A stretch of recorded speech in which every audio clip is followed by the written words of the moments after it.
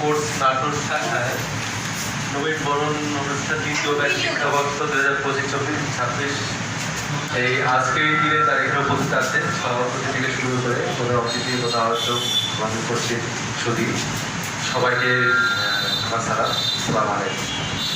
তো পল্লী চিকিৎসক অনেকটা খুব একটা ভালো একটা অবস্থা, কারণ ডাক্তারদের সাথে এবং রোগীর মাঝে যে একটা মেলবন্ধন, এটা পল্লী চিকিৎসকরা অবদান রাখে।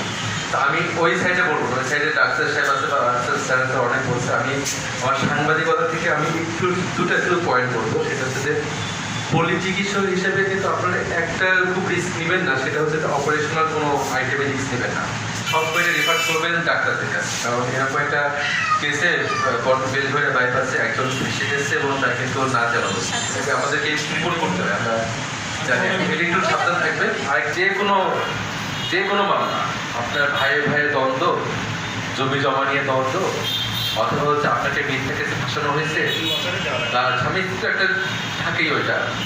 এছাড়া যে কোনো মামলা আপনারা ফার্স্টে কোনো উকিলের কাছে বা পুলিশের কাছে কেস না করে আপনারা যদি, এটা আমি এই জন্য বলছি যে আপনারা কিন্তু পল্লী চিকিৎসকের রুট লেভেলে সবার সাথে উঠা বসা করেন।